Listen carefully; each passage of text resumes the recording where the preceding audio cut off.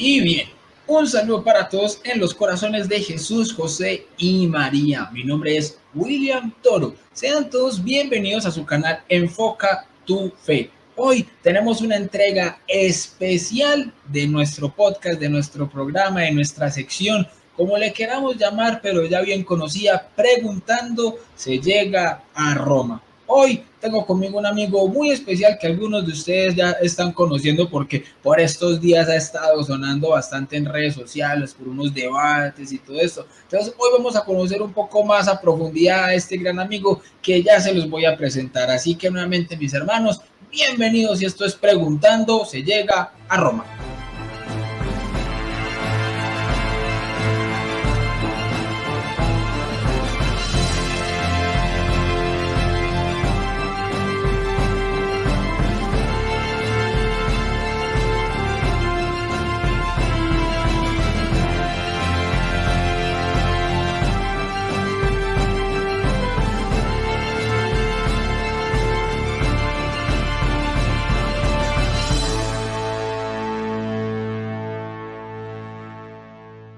Muy bien, mis hermanos, como les decía hace un momento, esto es entonces Preguntando se llega a Roma y hoy tengo un amigo, un invitado muy especial, se los quiero presentar. Tengo conmigo a Rafael Castillo, amigo Rafa de Fides et Ratio.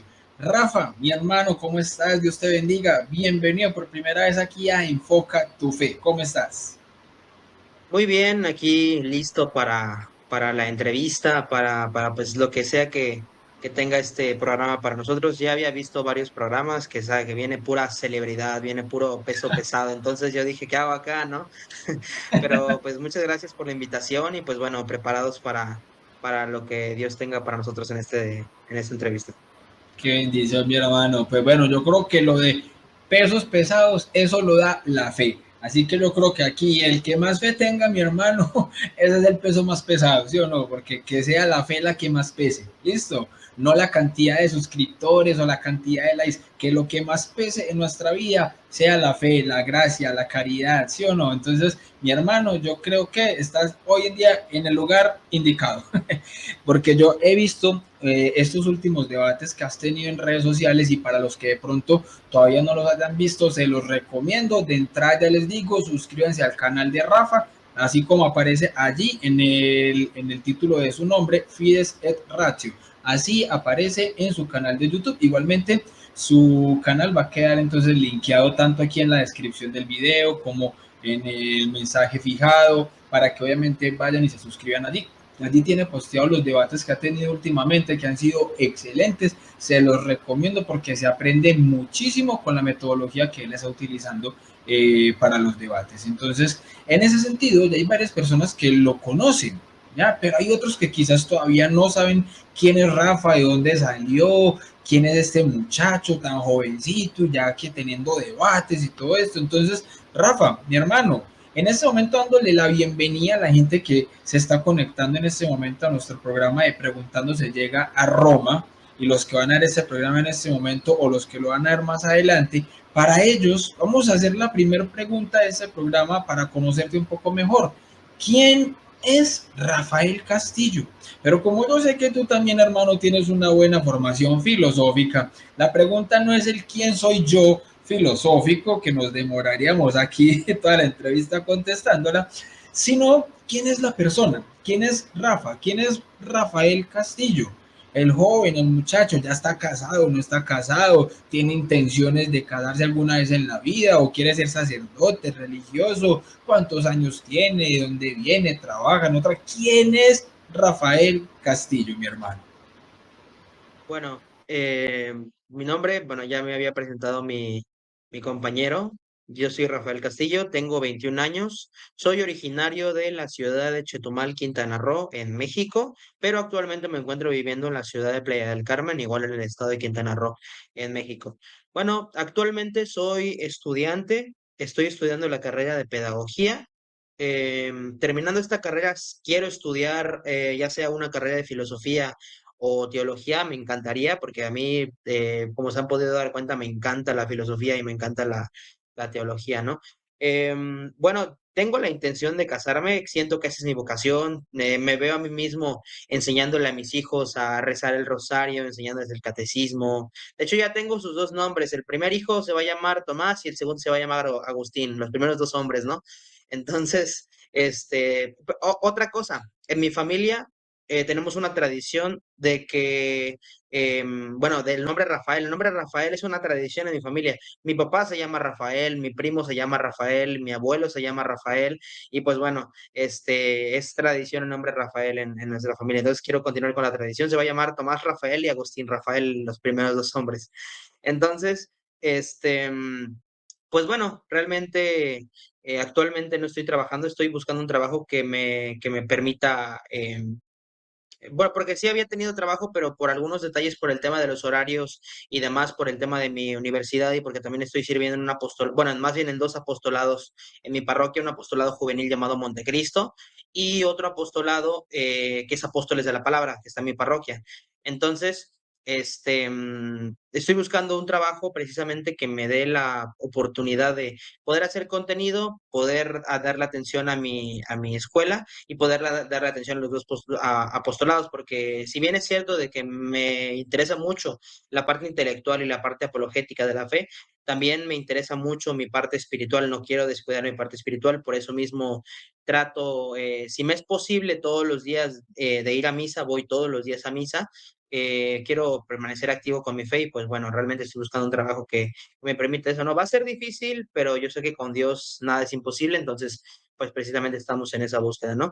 Y pues realmente, poco más que decir, ¿no? Soy el hijo mayor de mi familia, toda mi familia es protestante, por cierto, soy el único católico de mi familia. Precisamente yo también era protestante, soy converso al catolicismo, ¿no? Y pues bueno, a lo largo de estos minutos les iré contando mi historia.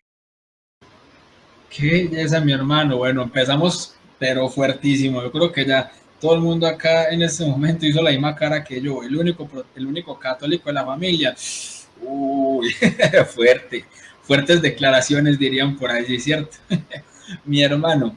Entonces, en ese orden de ideas, ya sabiendo un poco más entonces de lo que, quién es Rafael y qué quiere en la vida y todo esto, mi hermano, ¿cuánto tiempo llevas ya siendo católico? Pero católico así de convicción, católico fuerte, hermano, que en este momento ya quieres permanecer como en esta fe. Es excelente ese deseo, hermano, de estar asistiendo a la Eucaristía todos los días, de rezar el rosario. Una belleza, mi hermano. ¿Cuánto tiempo llevas ya como católico? Hace poquito ya más de un año y medio, ¿no? Realmente desde ese momento hasta el día de hoy he estado viviendo mi fe lo más fielmente posible. He tenido altibajos, es cierto, hay momentos donde tal vez un poquito decaído en asistir a misa y demás, pero actualmente me encuentro precisamente muy interesado y muy preocupado en mi vida espiritual. Estoy sirviendo bastante en mi iglesia, de hecho, mis papás me dicen que me la paso en la iglesia todos los días, porque realmente, o sea, voy a mi parroquia donde está mi apostolado cada 2 días, entonces, porque tenemos actividades, entonces, pues ahí estoy presente, ¿no? Pero sí, el 24 de enero de 2023, fue el día que me hice católico oficialmente. He tenido una confusión con las fechas porque a veces pienso que fue de 2022, pero no, es 2023, ya tengo bien claro que fue en 2023. Entonces llevo poquito más de un año y medio como católico, ¿no? Qué bien, Todo hermano. esto, bueno, si gustas, ya empiezo a comenzar con cómo fue todo el proceso de... Precisamente eso que me acabas de decir, lo que me da pie entonces para la siguiente pregunta, hermano, y es, ok, entonces eso quiere decir que antes de ser católico, y dado que nos dijiste que toda tu familia es protestante, quiere decir entonces que tu cosmovisión anterior o tu facción antes de ser católico era ser protestante. ¿Qué tipo de protestante eras, hermano? ¿En qué denominación? ¿Desde que naciste fuiste protestante o tu familia en algún momento fue católica y se pasó? Cuéntanos un poco, mi hermano, cómo fue esa historia tuya, más o menos desde que eras un poco más niño, cómo fue esa adolescencia en el protestantismo, porque igual estás todavía muy joven, hermano, o sea, con 21 años. Eh, ¿Cómo fue esa adolescencia que pasaste entonces en el protestantismo? ¿Qué tipo de protestante eras? ¿Y cómo fue ese proceso? Porque listo, uno dice, en tal fecha me hice católico, es decir, uno abraza la fe católica, pero eso no quiere decir que fue en un solo día, pues que, aunque bueno, igual puede haber un San Pablo por ahí también que se cayó del caballo y de un día para otro dijo, no, ya está la verdad y me hago católico, o fue con un proceso paulatinamente, de cuánto tiempo, qué fue lo que pasó. Cuéntanos un poco, hermano, esa historia de conversión tuya a la fe católica. Voy a comenzar precisamente desde cuando yo estaba muy chico, ¿no? Em, Mi familia era católica, sí era católica mi familia, porque mis abuelos de parte materna eh, eran católicos, pero igual se convirtieron al protestantismo, y mis abuelos de parte paterna sí eran católicos, ¿no? Entonces a mí se me inculcó en una cuna católica, fui bautizado, hice mi primera comunión de muy chico, ¿no? Y bueno, no pude proseguir con mi confirmación, de hecho la voy a hacer en diciembre, porque también me falta ese sacramento. Este, pero sí, precisamente ese fue mi comienzo, ¿no? Me bauticé, hice mi primera comunión y íbamos a misa, aunque realmente no éramos católicos como muy comprometidos, que digamos, o sea, sí éramos católicos, pero no íbamos a misa todos los domingos y pues no, más que nada estábamos presentes en lo que son las fiestas y las comidas, ¿no? Entonces no éramos católicos muy comprometidos con nuestra fe, de eso sí lo voy a mencionar, ¿no? Entonces, ¿qué fue lo que pasó? Cuando yo tenía 10 años aproximadamente, estábamos viviendo en Ciudad de México en ese entonces, mi familia, mi papá estaba trabajando en otro lugar, yo estaba viviendo con mi mamá y con mi hermana, nada más. Entonces, en ese momento, lo que pasó fue que vivíamos en un segundo piso nosotros. En el piso de abajo, había una reunión de protestantes, ¿no? Se estaban reuniendo gente que era protestante. Yo, desde muy chico, he tenido estas ganas de asistir a cosas relacionadas a Dios, ¿no? Entonces, precisamente como ya no íbamos a misa, como ya no asistíamos a este tipo de cosas, yo dije, no, pues de alguna forma tengo que seguirme reuniendo en algún lugar con gente que habla de Dios, ¿no? En mi perspectiva de chiquito, ¿no? Entonces, empezaba a ver que ahí estaban hablando, había un grupo de niños de mi edad que igual se les enseñaba y así, y pues yo dije, ah, pues voy a empezar a asistir allá, ¿no? Y fue curioso porque empecé a asistir ahí, porque eran protestantes. Yo, no, sa- yo en ese momento no sabía qué era protestante y qué no era. O sea, yo pensé que estaban hablando de Dios, pues ahí, ahí es el lugar correcto. Entonces, me daba cuenta de que estábamos en sintonías diferentes porque, bueno, yo llevaba la Biblia latinoamericana y ellos tenían la Biblia Reina Valera, entonces estaba traducido diferente, habían más libros y pues eso, ¿no? Entonces un día mi mamá vio que estaba yendo yo ahí y me dijo mi mamá, oye, ¿y por qué estás yendo ahí? No, pues es que pues, están hablando ahí de Dios, ¿no? Y ella me dice, no, pero es que no, ellos son de otra creencia. Y yo le dije, ah, pero ¿y cómo es eso? Y ella me dice mi mamá, no, pues es que ellos no se confiesan ante un padre. Y yo ¿cómo le hacen? O sea, yo lo único que sé es que se puede confesar ante un sacerdote, ¿no? Y no es que, me dice, no, es que ellos se confiesan solo ante Dios, y así me fue explicando, ¿no? Entonces, poquito a poquito, no sé qué, bueno, mi mamá como también, tenía un poquito de raíces de ser protestante, como que poquito a poquito se fue acercando también en esa área, ¿no? Y ya empezamos a ir con ellos, no solo a las reuniones de ahí abajo, sino también a su congregación y demás, ¿no? Ya en ese momento Hermano, mi qué hermana, pena, pero, perdón, te sí, interrumpo un momentico ahí, me parece muy curioso y muy, muy interesante eso que nos estás contando, porque entonces tú fuiste de cierta manera quien propició, originó la conversión de tu familia al protestantismo. Yo creo que en este momento entonces también el Señor te está poniendo una misión hermosa, importante, hermano, de ser quien puede empezar también a propiciar ese regreso de tu familia a casa, a la iglesia católica. Qué belleza, mi hermano. Y yo creo que en este momento que sea también es una misión de los que estamos acá en esta comunidad de Enfoca tu Fe también, hermano, empezar a orar por esa conversión de tu familia a la Santa Iglesia Católica, mi hermano. Qué belleza. De verdad, qué pena interrumpirte ahí, pero uy, se me vino eso como el corazón a la mente y bueno, que sea también entonces una misión, hermano, orar por esa bella conversión ahí también de tu familia. Una belleza, dale, hermano, continúa. bueno, como yo decía, empezamos a asistir ahí, mi madre, mi hermana y yo, pues comenzamos a congregarnos allá, ¿no? Em, Pues eso continúa así de esa forma, ¿no? Mis 10 años, mis 11 años, pues empezamos así. Esa era una congregación evangélica, si no estoy mal, la denominación era evangélica. Después de ello, poquito más, ya hacia mis 14 años, nos mudamos aquí a Playa del Carmen y aquí nos empezamos a congregar en una congregación que es pentecostal. Entonces, pues empezamos a asistir acá y pues bueno, así todo fue transcurriendo mi caminar, ¿no? Lo que pasó es que mi padre todavía seguía, digamos que creía en el Dios cristiano, pero no se congregaba ni con los católicos ni con los protestantes. Entonces, pero sí creía en el Dios cristiano, creía en Jesús y en demás, ¿no?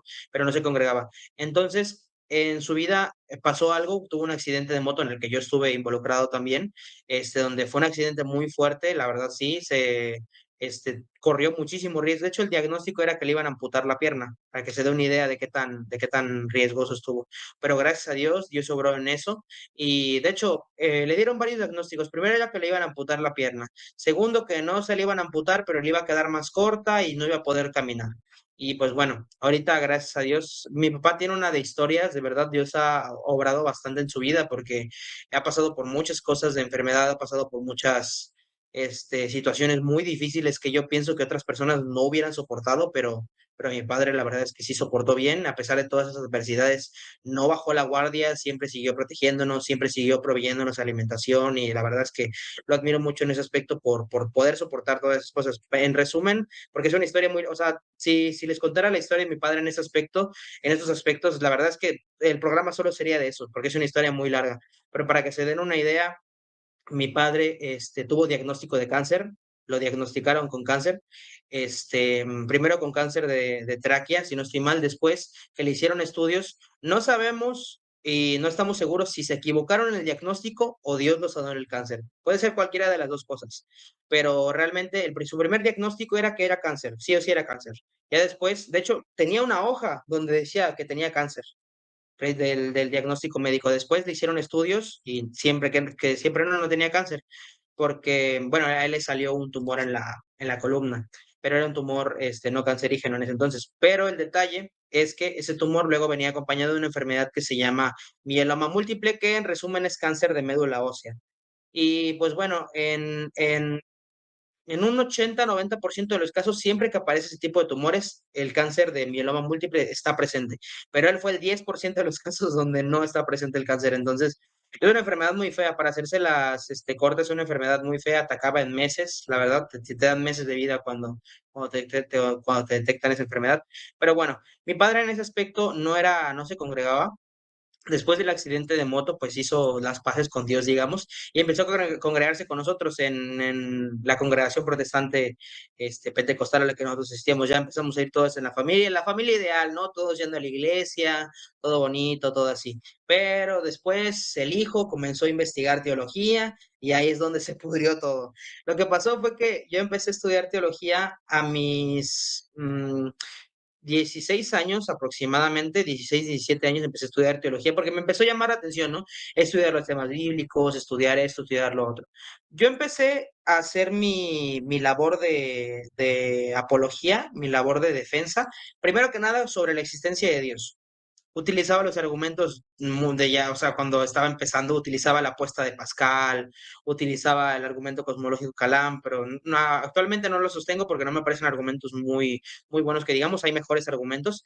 Ya después, conforme iba conociendo más gente, iba conociendo más posturas, me tomé con el señor ABC de la teología, Santo Tomás de Aquino, ¿no? Un grande de la teología. Precisamente cuando me tomé Tenías, con él, tenías 16 años cuando te topaste con Santo Tomás de Aquino. 16 17 aproximadamente. Ok, y ahí obviamente eras evangélico. Sí. Bien. Me topé con Santo Tomás de Aquino. Entonces, de ahí empecé a estudiar las vías tomistas para hacer mi labor contra los ateos, ¿no? Y la verdad es que las vías tomistas son, o sea, yo se las recomiendo mucho si quieren conversar con gente atea, son buenísimas. Yo no he encontrado a ningún ateo que pueda hacerle una buena refutación a las vías tomistas porque la verdad es que son brutales. Entonces, bueno, yo empecé a estudiar toda esta postura de Santo Tomás y demás, pero había algo que me causaba mucho ruido. Si Santo Tomás era un tipo tan inteligente, tan bien formado en filosofía y lógica, ¿por qué era católico? Exacto, esa es la pregunta del millón para el protestante que ama a Santo Tomás de Aquino para refutar ateos. Pero ¿por qué es católico? Lo mismo que suele pasar con nuestro gran amigo común Dante Urbina, que todos cuando él refutaba a ateos, agnósticos, a otras religiones y todo eso, el doctor Dante Urbina, y apenas empezó a hacer apologética católica, no, eso es un neófito, eso no sabe nada, eso, ¿cierto? Entonces, lo mismo con Santo Tomás de Aquino, para refutar ateos, las vías de Santo Tomás y todo eso, pero con el catolicismo, no, ahí sí no sabe, ¿cierto? Entonces, contanos, hermano, ¿qué pensaste antes de que fuera católico? ¿Te llamó la atención para mal? O entonces más bien como, bueno, por algo alguien tan inteligente ha de ser católico. Alguna cosa tendrá que saber del catolicismo que yo no sé, ¿no? Sí, precisamente eso fue lo primero que me hizo ruido, ¿no? ¿Cómo es que siendo tan inteligente es católico, ¿no? Porque para mí en ese entonces la iglesia católica era la ramera de Babilonia, era una iglesia llena de idólatras, llena de esto, llena del otro, en ese entonces, ¿no? Entonces, yo dije, no, ¿cómo es posible que sea tan inteligente y sea católico, ¿no?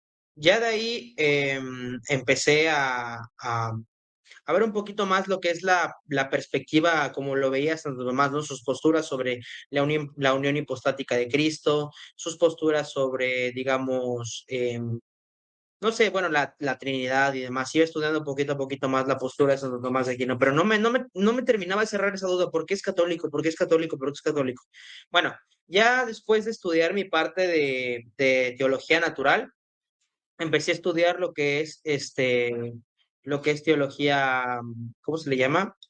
Teología más centrada en el cristianismo en general, ¿no? Lo que es que Cristo es el Mesías, Cristo es Dios y combate contra otras religiones. Entonces, pues seguí estudiando eso, me salieron los temas de la unión hipostática y demás. A mí me parecía muy curioso que en mi congregación había personas que creían en la unión hipostática y otras que no. O sea, es muy curioso, ¿no? Bueno, unas en mi congregación pensaban que Cristo aquí en la tierra solo era hombre, no era Dios, y pues bueno, ideas un poco raras, ¿no? Ya de ahí, pues, comencé mi labor, pero ahorita intentando hacer apologética en favor del protestantismo. Pero comencé a ver los argumentos y yo decía, bueno, no estoy viendo argumentos tan buenos como los argumentos de las vías o los argumentos en favor de Cristo es el Mesías, de Cristo es Dios. ¿Por qué? Porque no estoy viendo argumentos tan buenos de este lado, ¿no? Entonces, yo dije, bueno, si no hay argumentos buenos, yo los voy a empezar a hacer, no hay ningún problema, ¿no?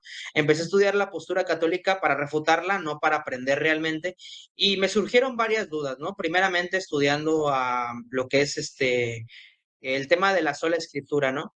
El tema de la sola escritura fue un tema que la verdad es que me causó bastante duda, porque sí, o sea, yo siempre decía, no, solo la Biblia es palabra de Dios, solo la Biblia es infalible, solo la Biblia esto, solo la Biblia lo otro. Entonces, me parecía muy curioso que, bueno, si yo sostenía eso, no tenía cómo sostenerlo bíblicamente, ¿no? Era muy difícil por esa parte. Mi hermano, impresionante entonces como vos mismo tratando como de llegar a encontrar argumentos para poder fundamentar tu protestantismo, te empezaste entonces fue a dar cuenta de las incongruencias o de la falta de argumentos sólidos. Contanos entonces, hermano, ¿cómo fue que empezaste entonces como a avanzar en ese camino pedregoso tan complejo que es la argumentación protestante para darte cuenta, hermano, cómo es que es la fe católica de sólida? ¿Qué otras cosas te diste cuenta? Cuéntanos, a ver, hermano. Pues bueno, como ya había dicho, era muy curioso lo de la postura protestante, porque bueno, yo seguí esa línea, ¿no? De estudiar mi teísmo, mi cristianismo y por lo tanto después mi protestantismo, ¿no? Entonces, em, yo veía que los argumentos no eran tan buenos, o sea, el pilar de la reforma protestante que yo había estudiado, de hecho, precisamente como había dicho a mis pastores que me empezó a interesar la teología y así la apologética y demás, ellos como que no estaban muy de acuerdo, que digamos, pero dijeron, bueno, va, te vamos a recomendar a Eduardo Gutiérrez. Y hombre, Eduardo, me imagino que lo conocerás. Eduardo Gutiérrez es todo un personaje, realmente.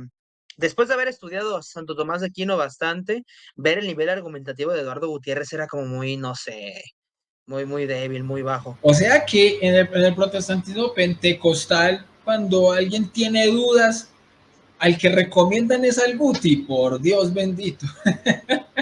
Sí, sí, a mí me recomendaron a él y también a César Vidal, que es otro personaje, ¿no? Lo de César Vidal que más me sorprendió, de hecho esto ya lo había comentado anteriormente, que sí, la verdad es que me pareció totalmente fuera de lugar que él dijo que, ¿cómo se le? La física moderna refutaba la transubstanciación.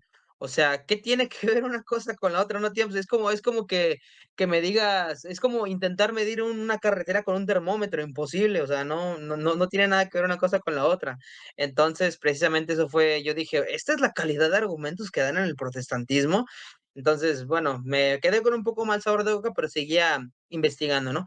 Después me topé con el tema de la sola escritura. Yo dije, bueno, se supone que es el pilar más grande del protestantismo, imagino que tendrá argumentos súper irrefutables y así, y así. Y lejos de encontrar argumentos, encontraba muchas inconsistencias. ¿Por qué? Porque yo, cuando estuve estudiando el teísmo, hay una postura que proponen los ateos que se conoce como cientificismo. El cientificismo es una postura que dice que solo el conocimiento científico es válido o solo el conocimiento científico es verdadero. Pero ¿qué pasa? Que esa proposición no puede ser demostrada mediante el método científico, por lo tanto se cae todo el cientificismo. Yo encontraba algo muy parecido con la sola escritura. ¿Qué dice la sola escritura? Que solo la Biblia es infalible, solo en la Biblia hay verdades de fe, ¿no? Pero ¿qué pasa? Que esta creencia de la sola escritura no se encuentra dentro de la escritura. Entonces ahí tenemos yo pienso que eso es lo que me hizo ver más fácil, porque ya tenía este conocimiento anteriormente, que la sola escritura no tenía mucha base que digamos. En ese entonces me parecía eso y yo dije, bueno, si la sola escritura no tiene base, yo ya no puedo ser protestante. O sea, tengo que seguir buscando para alimentar mi protestantismo, para poder defenderme, no sé. Así empezaba a buscar, ¿no? Y bueno, poco a poco empecé a estudiar los temas de la Iglesia Católica, como vienen a ser la Eucaristía, los padres de la Iglesia y demás. Cuando estaba estudiando los padres, no voy a decir que por los padres de la Iglesia me hice católico, no, fueron una ayuda, pero no me hice católico por eso. Bueno, antes de contar los padres de la Iglesia, quiero contar un poquito a poquito cómo me fui acercando. Yo, como tenía varios amigos que estudiaban filosofía conmigo para el tema de la existencia de Dios. Varios de ellos eran católicos y tuve altercados con ellos sobre el tema de las imágenes. Hubo uno de ellos que estaba muy bien formado en teología católica y la verdad me pegó una arrastrada en un debate que tuvimos él y yo, pero terrible, ¿no? Y pues bueno, en ese momento yo ¿Y qué? dije, ¿Lo bueno, va, conocemos está o bien. no? ¿Lo conocemos así, amigo? Creo que no, está bajo el sobrenombre de Gonchi. Así está bajo ese sobrenombre, pero no sé si lo conozcan. Pero bueno, yo dije, va, los católicos no son idólatras, pero eso no significa que el catolicismo sea verdad. Ya, dejo de decirle a los católicos idólatras, pero eso no hace que el catolicismo sea verdad, ¿verdad? Entonces, después fui acercándome un poco más a estas posturas. Bueno, por ejemplo, los padres de la iglesia, ya comienzo. Me parecía muy curioso que los padres de la iglesia, mientras los leía, yo decía, a ver, si se supone que ellos son los discípulos de los apóstoles, los enseñaron, fueron discípulos tal vez directos o indirectos de los apóstoles, cómo es posible que ellos tengan prácticas más parecidas a los católicos que a los protestantes? No tiene sentido. Se supone que ellos son el cristianismo primitivo, fueron instruidos por los apóstoles y demás. Entonces, se supone que ellos tienen la fe más cercana a lo que tiene que ser la fe verdadera, ¿no? Porque, hombre, si los apóstoles les enseñaron mal, apague, vámonos, el cristianismo es falso. Entonces, pues precisamente eso fue lo que me hizo acercarme poco a poco. Ya empezaba a tener más dudas. Ya después empecé a estudiar más a profundidad el tema de la sola escritura. Hubo un debate que me marcó definitivamente en un antes y un después. Fue el debate de José Plasencia contra Jonathan Ramos sobre sola escritura. Ese debate, la verdad que, o sea, a mí me pareció brutal la manera en la que José Plasencia argumentaba muy poco, o sea, no tenía intervenciones tan grandes como las que tenía Jonathan Ramos, pero en lo poco que decía, decía demasiado. ¿Por qué? Porque hizo a Jonathan Ramos inclusive decir que el canon está abierto, cosa que el concilio de fe perdón, el concilio de fe, en la confesión de fe de Westminster no aprueba. ¿Por qué? Porque precisamente la confesión de fe dice que son 66 libros, entonces no, precisamente hizo caer en eso a Jonathan Ramos, ¿no? Ahí es cuando yo dije, bueno, solo la escritura no tiene mucha base que digamos, ahora me estoy dando cuenta, ¿no? Entonces dije, va, solo la escritura no es verdadera. ¿Qué opciones tengo? ¿Me vuelvo ateo? No, no puedo volverme ateo porque Dios existe, tengo cómo demostrar que Dios existe. Me vuelvo tal vez, no sé, alguna línea de judío, no, no puedo hacer eso porque tengo cómo demostrar que Jesús es el Mesías y que Jesús es Dios y que resucitó de entre los muertos. ¿Qué hago? ¿Me vuelvo católico? No, porque los católicos son lo que me habían enseñado, ¿no? Y todo eso. Entonces, ¿qué hago? No, no sabía qué hacer en ese momento realmente. Sí, eso es como que quedas como en una cuerda floja de, bueno, los católicos son, los católicos ¿qué son? Si lo que yo sé de los católicos es porque me lo dijeron los mismos que utilizan malos argumentos para fundamentar su teología, que es el protestantismo. Entonces, en realidad, ¿qué son los católicos? No. Sí, claro. Y la verdad es que llegó un punto donde seguí estudiando precisamente la teología católica y demás, aunque hubieron varias cosas que me ayudaron a, a considerar el camino al catolicismo como una fe a la cual seguir. Yo pienso que la estocada final y precisamente el punto más importante fue el tema de la presencia real de Cristo en la Eucaristía, como se cree en el catolicismo. Ese fue la estocada final que me hizo ser católico, ¿no? Entonces, yo empecé a estudiar eso, ¿no? El tema de los milagros eucarísticos, el tema de cómo se veía la presencia real de Cristo en los padres de la iglesia, el tema de la transubstanciación a nivel lógico. En ese entonces no lo veía muy a profundidad, digámoslo, pero sí de manera seria. Entonces, en ese momento ya empecé a pedir ayuda a mis amigos para precisamente que me orientaran, ¿no? En este aspecto, porque habían cosas que no me terminaban de cerrar, como por ejemplo el tema de la Virgen María, que esto, que lo otro. Entonces, habían varios temas que sí no me cerraban, pero pues poquito a poquito fui pidiendo orientación, ¿no? Entonces, llegué a un punto donde dije, a ver, toda mi familia es católica. Mis familiares son más, perdón, toda mi familia es protestante. Mis familiares son más protestantes. Tengo más familiares que son protestantes que familiares católicos. Entonces, ¿qué hago? O sea, todo mi círculo es protestante. O sea, me voy a quedar sin nadie. O sea, mi familia me va a seguir apoyando, evidentemente, pero no va a ser lo mismo. O sea, no vamos a tener la misma fe, no vamos a ir a la misma congregación y demás. Entonces, yo en ese momento estaba como en plan de o sea, ¿qué hago? O sea, me estoy dando cuenta que el catolicismo es verdad, pero no puedo. O sea, yo en ese momento me decía a mí mismo, a mí me gustaría que, de hecho creo que esto también lo comentaba Santi, si no estoy mal, y me pasó algo muy similar. A mí me gustaría que el catolicismo fuera mentira. A mí me gustaría que el catolicismo fuera lo que me enseñaron, que fueran idólatras, que fuera la ramera del apocalipsis. A mí me gustaría que el catolicismo fuera eso, pero lamentablemente no es así. Lamentablemente el catolicismo es la fe verdadera. Para mi lástima, en ese momento y para todo mi círculo, es así. Y se supone que si yo como cristiano y como persona que quiere seguir a Cristo en plenitud, me tengo que ser católico. Ahí hay un punto muy importante, hermano, y es el tema de la honestidad intelectual. Me parece dos cosas muy rescatables de eso que estás diciendo, hermano. Lo primero es que te fuiste poco a poco, porque hay personas que precisamente por estar saltando de un tema al otro, nunca terminan precisamente de abordar un solo tema de una manera plena, y por eso es que nunca terminan por entenderlo, porque lo entienden a medias, y como lo entienden a medias, pues nunca les va a cerrar. Y eso es un consejo, si de pronto hay algún hermano separado que pueda estar viendo esta entrevista, o incluso a veces hasta el mismo católico que a veces no comprende cosas de su fe por la misma razón, porque se queda simplemente con pedacitos que le han dicho o pedacitos de lo que medio ha estudiado, pero no lo profundiza, nunca termina de llegar como al punto clave donde están los argumentos, ¿ya? Y eso pasa con el católico de a pie muchas veces, que hace la primera comunión, entendió el catecismo que medio le enseñaron ahí, combinado con los juegos de catecismo, pero ya de ahí jamás volvió entonces a formarse en ningún tema de la fe, y por eso es que no entienden su fe. Y el protestante muchas veces entiende bien muchas cosas de la Biblia, que es la palabra de Dios y todo esto, pero se quedan con los argumentos católicos a medias, con lo que les dice el pastor o con lo que les dice cualquier apologeta protestante de redes sociales, y nunca en realidad se van a mirar los argumentos. Y eso mismo pasa con los no cristianos, con los ateos, con los agnósticos, con los esceptos, perdón, con los escépticos. ¿Por qué?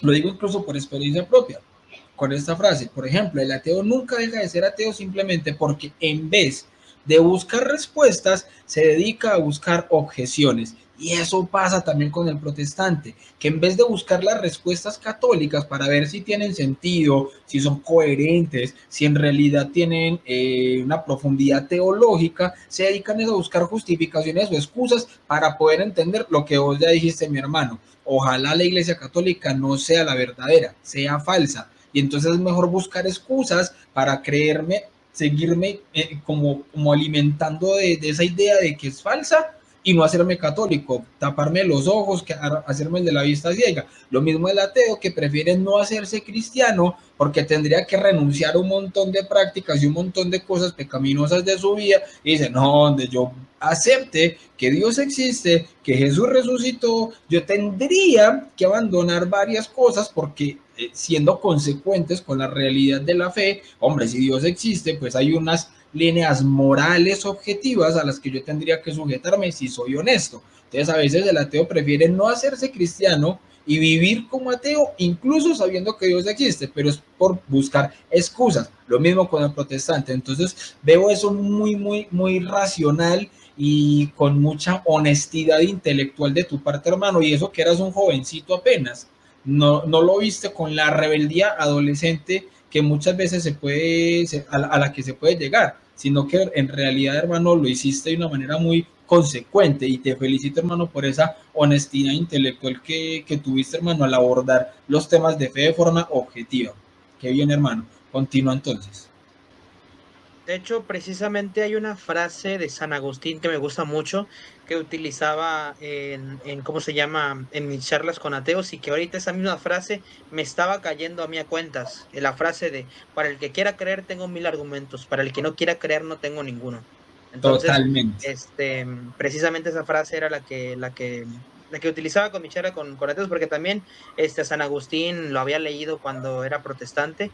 O sea, todas estas mentes brillantes, a Buenaventura también lo había leído, a, eh, o sea, San Anselmo de Canterbury también lo había leído, todas mentes brillantes del catolicismo, ¿no? Yo decía, ¿cómo es que son católicos y son tan inteligentes, no? Eso fue lo que poquito a poquito me fue llevando, ¿no?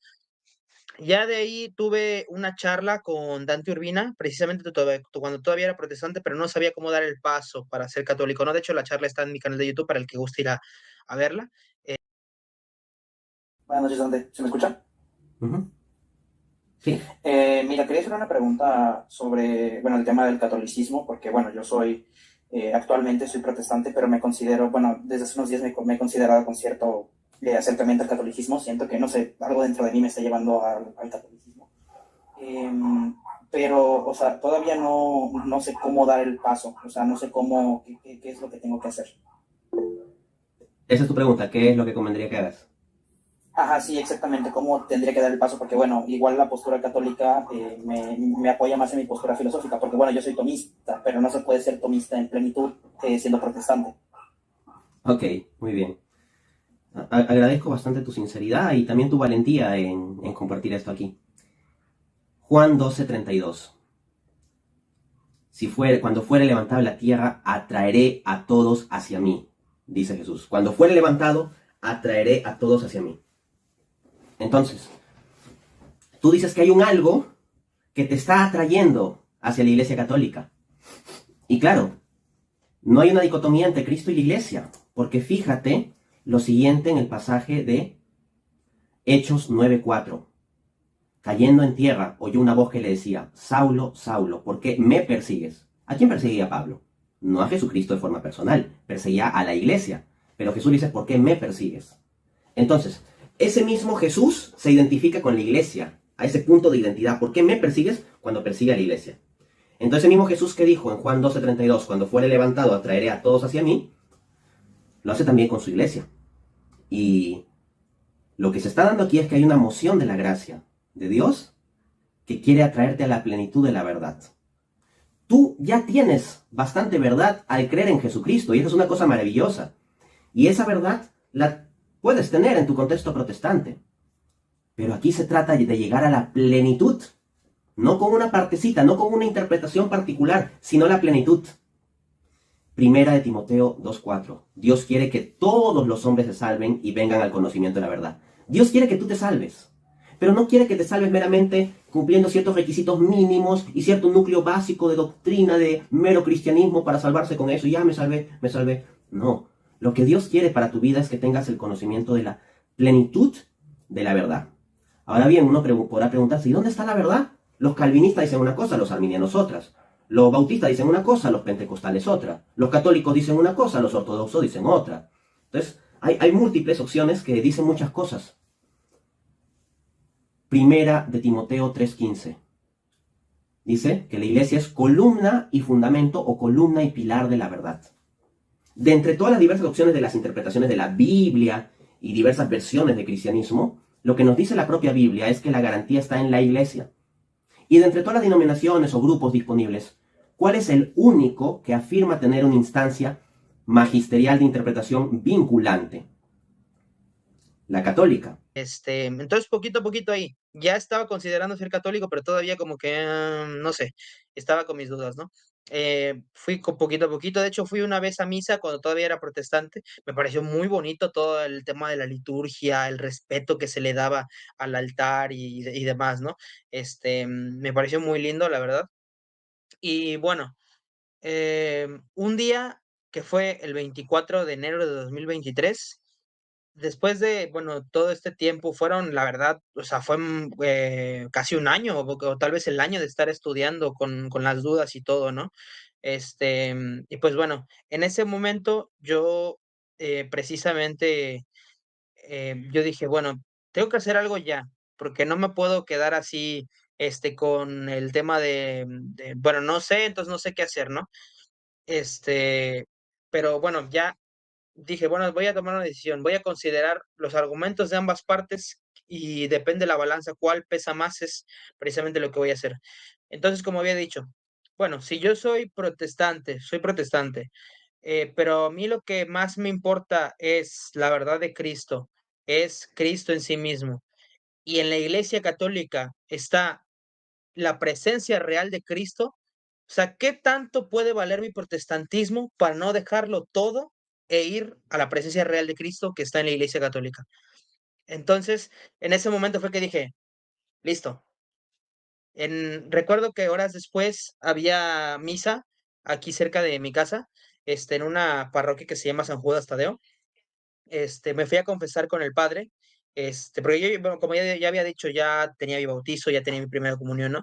Me fui a confesar, obviamente no le confesé todos los pecados mortales que cometí desde 10 años atrás, ¿no? Porque, eran muchos, pero pues bueno, precisamente Claro, había estudiado y pues no habías hecho todavía pues como lo que nosotros dentro de la Iglesia Católica llamamos, para los que de pronto no saben, un examen de conciencia, que es incluso tomar nota de todos y cada uno de esos pecados que tenemos cuando no hemos hecho una confesión en muchos años, ¿cierto? Entonces, pero tuviste la tenía una idea. iniciativa. Sí, tenía una idea, pero tal vez no tan completa en ese aspecto, ¿no? Entonces, bueno, me confesé y ya terminando la confesión, bueno, le pregunté al padre, ¿entonces ya puedo comulgar? Y me dijo, sí, ya puedes comulgar. Y entonces me quedé, no me iba a quedar a misa, pero dije, bueno, ya estoy acá, me voy a quedar a misa. Me quedé a misa y ya pues pasó todo el tema de la liturgia, el evangelio y demás. Ya recuerdo que fue el momento de recibir la Eucaristía.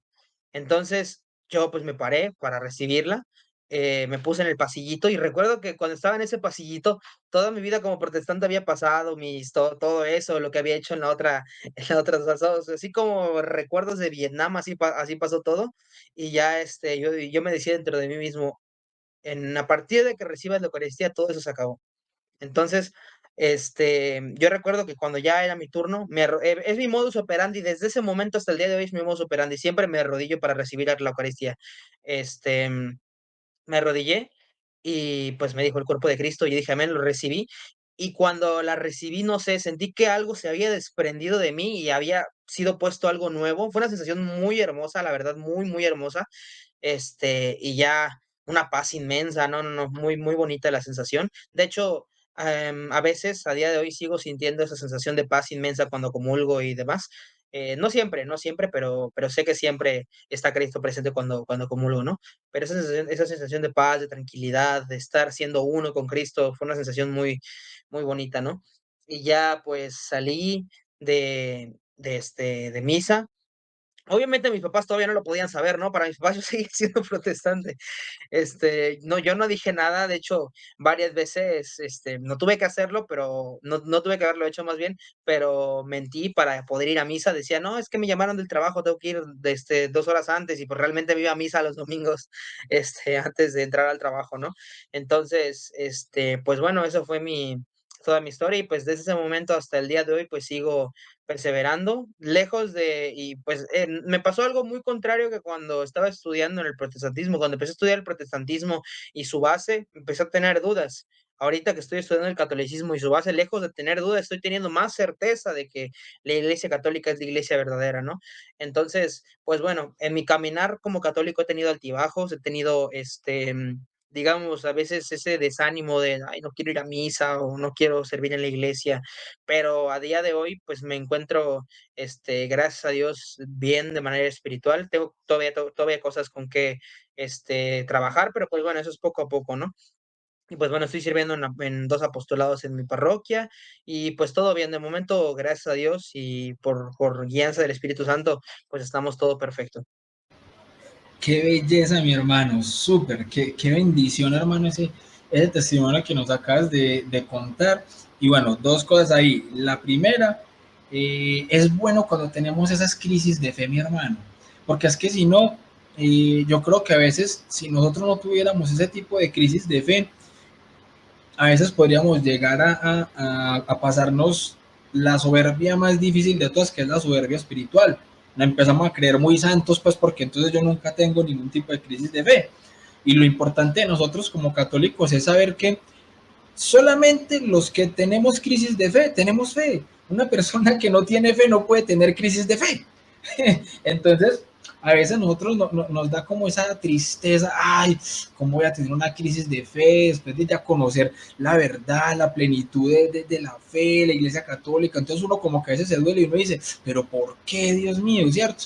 Entonces, a veces Dios permite esas crisis, no porque no las ponga, sino porque nosotros muchas veces nos dejamos llevar por pensamientos que muchas veces pueden ser tentaciones, no siempre el demonio. Sabemos que tenemos 3 enemigos del alma: el mundo, el demonio, la carne, y todo eso combinado muchas veces, hermano, haciendo un salpicón de pensamientos en nuestro cerebro. A veces obviamente nos pueden causar ese tipo de enfriamiento espiritual, pero nunca la convicción de la fe. Entonces nosotros podemos tener una convicción muy fuerte, y por eso es que el mismo San Agustín también nos invita, también en una frase muy bonita que él tiene, y él dice: reza como si todo dependiera de Dios, pero trabaja como si todo dependiera de ti.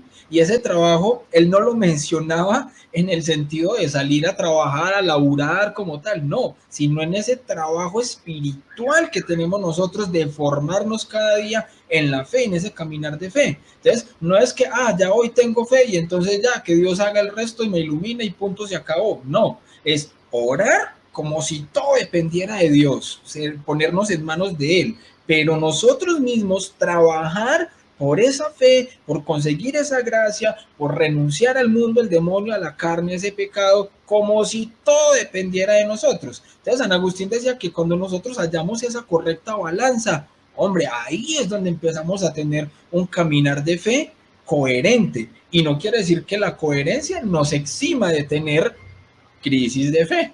Por eso es que te decía, hombre, solamente podemos tener crisis de fe los que tenemos fe. Es así de sencillo. Y segundo, que precisamente con base en eso que estás diciendo, mi hermano, ahí es donde viene entonces el chisme, el chisme que nos gusta también mucho a todos. Hermano, contanos, ¿cómo fue el momento en el que le contaste a tus papás? Ve, me hice católico, llevo tanto tiempo siendo católico, ya estoy comulgando, ya. Después de que ustedes eran católicos y yo los motivé a que se hicieran protestantes, pues no, ya yo me hice católico. Cuéntanos, hermano, cómo fue esa experiencia. Pues, a ver, yo después de hacerme católico, me fui a vivir a otra ciudad por tema de estudios, o sea, ya me fui a vivir lejos de mis papás. Yo cuando se los conté fue a distancia, no se los conté personalmente. Primero se lo dije a mi mamá, y mi mamá estaba como de, o sea, no, no bromees, no, no bromees. Y estaba como de, no estoy bromeando, es verdad. Y ya ella me decía, no, pero ¿cómo? ¿cómo es posible si tú sabes qué son los católicos? Y yo te digo, sí, Max, ya sé que todo lo que me vas a decir yo ya lo sé porque yo también lo creía, todo lo que me vas a decir yo ya lo sé porque yo también creía eso. Pero no, estudié bien el catolicismo, estudié bien esto y estudié bien lo otro y pues puedo decir que soy católico. ¿Por qué? Porque creo que aquí está la plenitud de la fe, ¿no? La plenitud de la verdad, ¿no? Entonces, ya de ahí, pues bueno, mi papá igual se enteró por medio de mi mamá. Y ya me dijo, bueno, en mi caso, lo que me dice mi papá, bueno, tú todavía no has hablado conmigo de eso. O sea, tú sabes lo que yo pienso de los católicos. Mi papá piensa que los católicos, entre los católicos también hay gente salva. Porque también, porque pues confiesan a Cristo, solo que evidentemente considera que están equivocados por el tema de las imágenes y demás. Pero sí, mi papá es un poquito más, se puede dialogar más con mi papá que con mi mamá en ese aspecto. Pero, o sea, yo siempre con mi mamá ya no soy tanto de dialogar en ese aspecto porque sí se cierra mucho, pero yo lo que le digo es, hoy cuando te lo estoy diciendo, en unos años tú vas a ser la señora que va a estar organizando los rosarios en las parroquias. Y ya me dice, me dice, no, que Dios me libre. Y ya me dice así, no, pero así le hago, ¿no? Y ya con mi papá sí dialogo un poquito, a veces termina en diálogo un poquito acalorado porque como los dos tenemos carácter fuerte, a veces como que chocan nuestros caracteres, no nos insultamos ni nada, ¿verdad? Pero sí, termina un diálogo un poquito acalorado y pues así termina.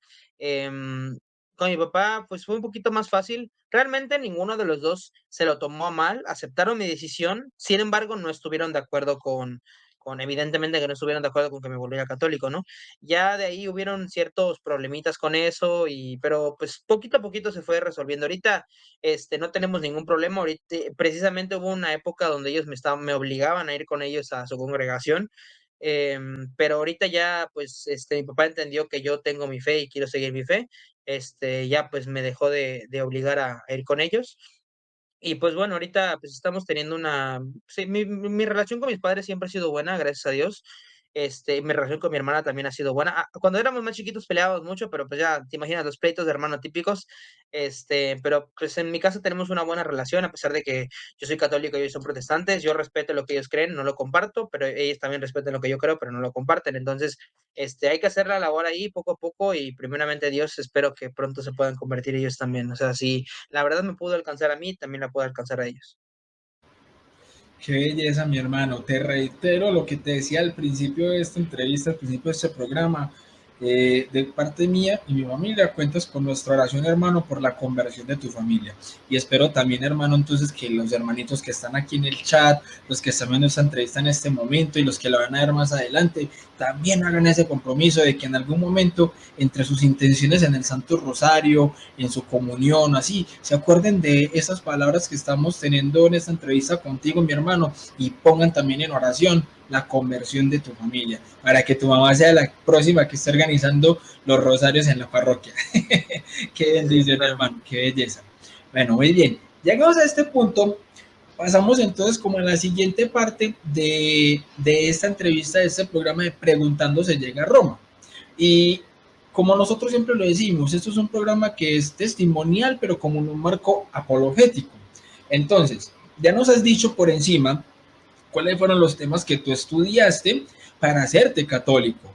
Pero más de un hermanito que pronto puede estar del otro lado, sea católico o no sea católico, puede estar diciendo, sí, pero es que del dicho al hecho, decirlo es muy fácil, ¿cierto? Entonces, mi hermano, ¿cuáles fueron como las 3 dudas, preguntas u objeciones más fuertes que tú tuviste siendo protestante y que de pronto te impedían abrazar precisamente la fe católica? ¿Cuáles eran como esos 3 temas más fundamentales? Del más sencillo, entre comillas, pues como sencillo, al más complicado o fuerte, y los vamos a ir respondiendo. ¿Listo? Entonces me dice, tal tema, listo. Entonces, este y este. El primero, y como obviamente no vamos a hacer pues como un desarrollo completo pues del tema, porque de cada tema tranquilamente pueden haber libros y libros, pero sí como la manera más sencilla, como de pronto qué fue lo que te sirvió a ti, mi hermano, para entender ese tema y llegar como a la conclusión, este tema la Iglesia Católica sí lo enseña como debe de ser. Entonces, ¿qué fue lo que te sirvió a ti? ¿Por qué?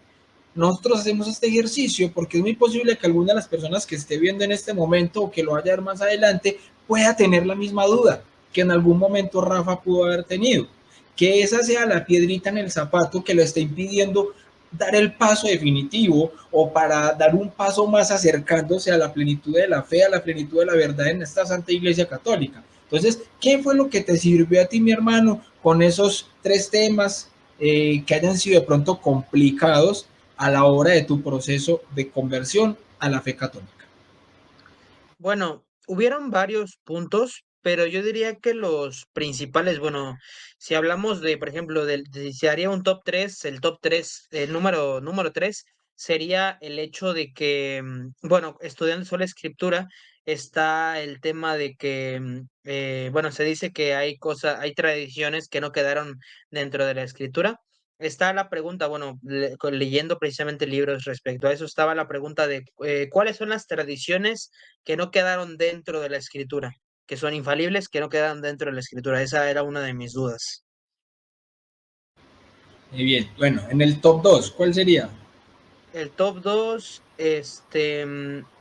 diría que, por ejemplo, el tema de las imágenes, pero no hablando así muy bajo, no hablando de temas de las imágenes ya un poquito más elevado, porque, por ejemplo, en el Décinger numeral 656 se habla sobre la adoración hacia las imágenes de la Inmaculada Madre de Jesús. Si no estoy mal, así lo dice el Décinger. Y también, bueno, que en la escritura, bueno, esto es una postura presuponiendo solo escritura, pero bueno, en la escritura no había el tema del culto de las imágenes, los cultos eran única y exclusivamente dirigidos a Dios, entonces pues también esa era mi duda, ¿no? Y el top 1. El top uno, yo digo que el argumento más fuerte en contra que yo tenía era sobre el tema de, bueno, eran dos, yo diría que los más fuertes eran dos. Era el tema de la confesión hacia los sacerdotes y también el tema de lo que es la justificación.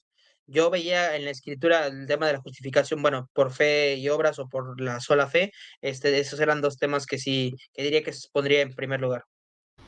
Excelente, entonces mi hermano, vamos a empezar entonces por el primero, la sola escritura, que de hecho lo más reciente que tenemos en este momento y que podemos ir a ver al canal de nuestro gran amigo Rafa es el debate recientemente que tuvo con el apologista protestante Cristian Izquierdo sobre el tema de la sola escritura, que de hecho me pareció fantástica la argumentación de Rafa y aprovecho hermano para felicitarte públicamente porque me pareció muy buen abordaje como lo realizaste. De hecho, a mí me encanta la forma que lo estás haciendo partiendo de silogismos.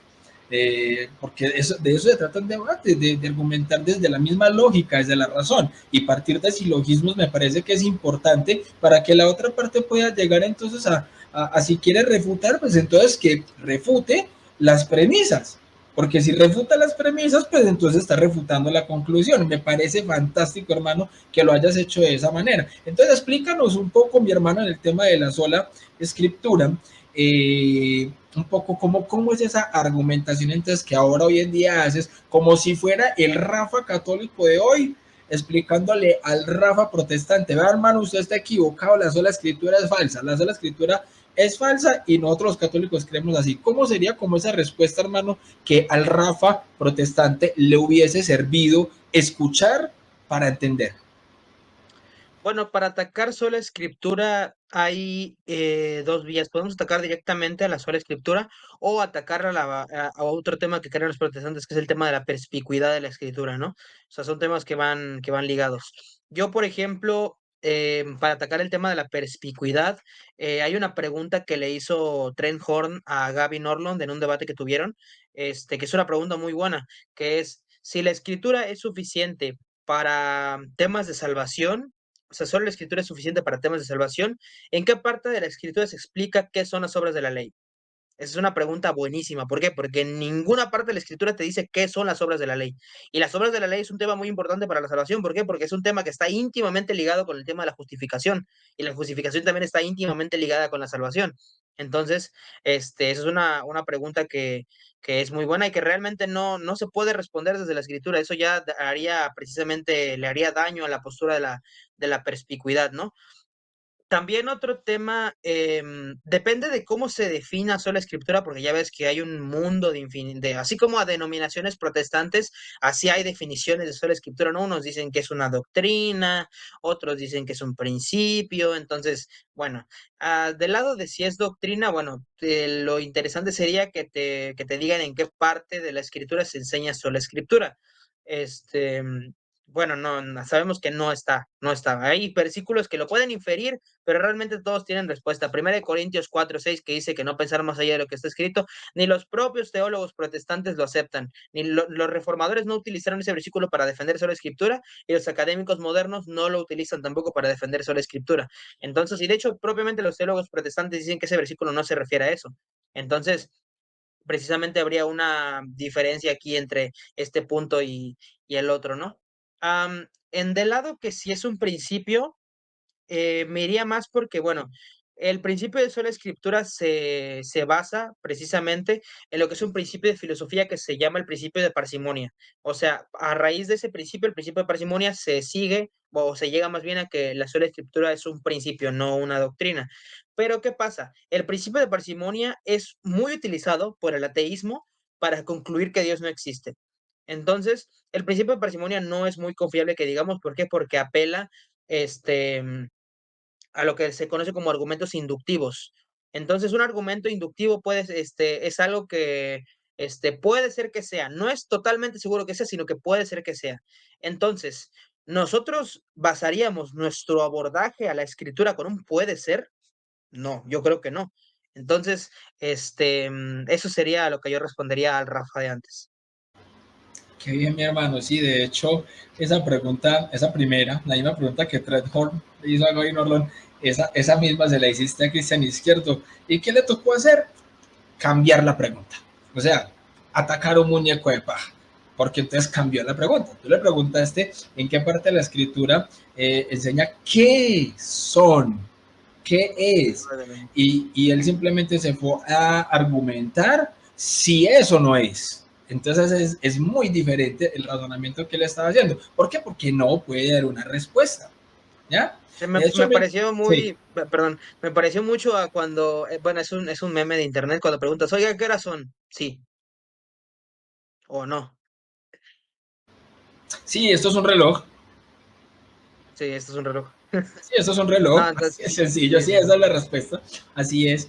De hecho, a mí también se me ocurrió una pregunta mientras yo veía tu debate con Cristian Izquierdo, cuando él apeló a lo de los discípulos de Maús, que apelan a las escrituras y todo esto. Yo pensaba, hombre, qué buena pregunta sería hacerle a un protestante apelar primero, pues a nosotros sabemos que en el primer concilio de la iglesia, que fue el concilio de Jerusalén, fue donde se trató el tema de la circuncisión para los no judíos, ¿cierto? Entonces, si todo lo que es doctrinal, y eso se volvió doctrina porque precisamente luego dice que esto se le comunicó a todas las demás comunidades como doctrina, como enseñanza, y que de hecho desde el mismo griego la palabra que se utiliza es dogma. Entonces, como dogma se enseñó en la iglesia, entonces si esto se enseñó como dogma, como doctrina en esa iglesia primitiva, en ese momento todavía no había un canon del Nuevo Testamento cerrado. Entonces, ¿cómo un protestante es capaz de defender esa doctrina de la no circuncisión solo con el Antiguo Testamento? ¿Cómo alguien es capaz de defenderle entonces a esos discípulos de Maús sin el Nuevo Testamento? ¿Cómo le defiende con el Antiguo Testamento el hecho de la no circuncisión? No se puede, no se puede. No, también, y incluso, bueno, precisamente en el Concilio de Jerusalén, ¿qué es lo que dice Pedro, si no estoy mal, lo dice? Nos pareció a nosotros y al Espíritu Santo Fue bien. Santiago.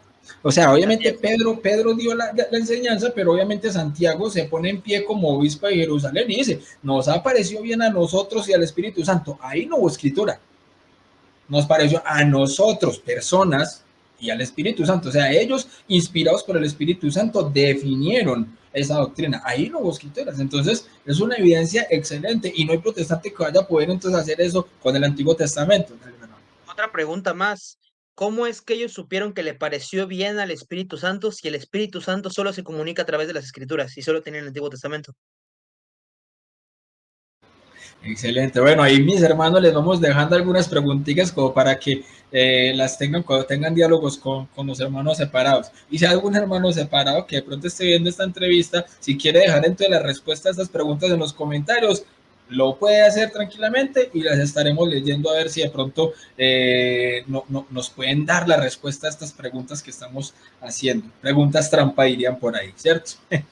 Bueno, mi hermano Rafa, entonces vámonos con el top 2. El top 2, mi hermano, que era el tema de la famosa idolatría, que hay dos formas obviamente de abordarlo, como bien lo decías. El caballito de batalla normalmente protestante que utilizan Éxodo 24, que yo creo que ya es un refrito, un requemado, que yo no sé ni siquiera por qué lo siguen utilizando, pero últimamente hay algunos que de pronto han avanzado un poco más ¿cómo decirlo así? Como el debate, el diálogo en cuanto al tema de adorar, porque claro, hay algunos documentos, algunas cosas católicas que han dicho, sí, vea, aquí dice adoración, entonces mire que sí adoran, entonces sí es idolatría, ¿cierto? Entonces, ¿cómo respondemos a eso, mi hermano? Ya que utilizaste incluso el tema del Dessinger, que me parece fantástico, y fue de hecho el tema que tuviste en debate con este otro Pastor Lastra, y que de hecho le utilizaste también el Dessinger y tampoco fue capaz de abordar el tema de una manera objetiva y le toca ver a saltar de un lado para otro. Argumentanos entonces un poco, mi hermano, este tema de las imágenes. Bueno, si nos basamos en lo que dice el Dessinger numeral 656, precisamente este dice que se debe adorar, por ejemplo, a la Inmaculada, a las imágenes, si no estoy mal, o a la Inmaculada Madre de Dios, Madre de Jesús. Entonces, ¿qué pasa aquí? Los protestantes leen eso y no, ya ven que sí son idólatras, acá dice que tienen que adorar y bueno, léanse un poquito unos numerales antes. El 601, ¿qué es lo que dice el 601? Que a las imágenes y a los santos se les atribuye adoración de honor. Que dice después, no ciertamente la latría verdadera que según nuestra fe solo conviene a la naturaleza divina. Entonces, bueno, si alguien nos saca el Dessinger numeral 656, le respondemos con el 601 facilito, ¿no? Entonces, esa es una parte. Ahora, abordándolo desde las escrituras. Éxodo 24 es cierto que prohíbe las imágenes, pero ¿qué tipo de imágenes prohíbe? En la escritura hay dos tipos de imágenes. Unas que en hebreo son selem y otras que en hebreo son pesel. Las imágenes selem son imágenes representativas. Las imágenes pesel son imágenes de carácter, ¿cómo se le dice? Exclusivamente idolátrico. Entonces, hay una Idolátrico, sí. gran diferencia entre estos dos aspectos, ¿no? Unas imágenes son Selem y otras imágenes son Pesel. Y cuando vemos que la escritura prohíbe imágenes, si nos vamos al griego, todas las imágenes que va a prohibir son imágenes Pesel, no Selem. O sea, imágenes de carácter idolátrico, no imágenes de carácter representativo. ¿Por qué? Porque si prohibiera todas las imágenes, Dios mismo se estaría contradiciendo cuando mandó a hacer imágenes en el templo. Y bueno, en este caso, también si Dios viera con malos ojos que se hicieran imágenes, Salomón hizo varias imágenes dentro del templo, imágenes que Dios no le mandó que hiciera, sin embargo, él las hizo. ¿Qué es lo que pasaba cuando alguien hacía algo incorrecto dentro del templo de Dios? Era pulverizado en ese instante, era desaparecido, como pasó con varios sacerdotes en el antiguo, sacerdotes levitas. Entonces, si Salomón hizo esto y a Dios le hubiera desagradado en ese momento, desaparece Salomón. Entonces, bueno, aquí vemos que precisamente el abordaje para el tema de las imágenes, yo pienso que se tiene que hacer de esta manera, ¿no? Porque los protestantes suelen confundir las imágenes que nosotros tenemos, que son imágenes representativas. Es cierto que nosotros las usamos de esa manera, pero no es como que digamos que en la imagen está el santo, no, la imagen es un conducto para que nosotros podamos brindarle reverencia al santo.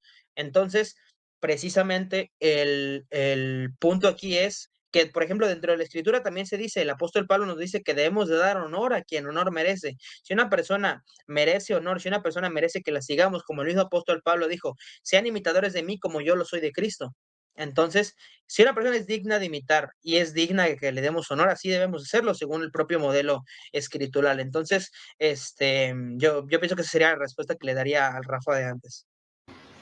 Qué belleza, mi hermano. Sí, es que, de hecho, ahí es donde uno empieza a ver que, como decíamos hace un ratico, que se busca más como la excusa y la justificación, porque cuando se dan este tipo de argumentos, entonces ellos piensan, o sea, sí, tiene como sentido lo que este católico está diciendo, pero ustedes prenden velas, pero es que ustedes se arrodillan, pero es que vea que hay gente que le da besos a las imágenes, y entonces si uno les dice, por ejemplo, a ellos, ok, ¿tú has besado a Dios? Porque si adorar es darle besos a una imagen, ¿tú cuándo has besado a Dios?